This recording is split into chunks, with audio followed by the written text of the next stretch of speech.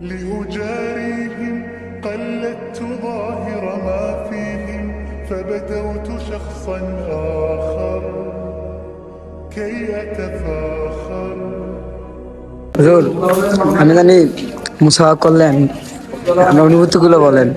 অনেক ভালো লাগছে।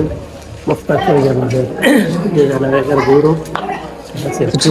ওনার মাধ্যমে আলহামদুলিল্লাহ সারা পৃথিবীতে দিনের খেদমত ছড়াচ্ছে।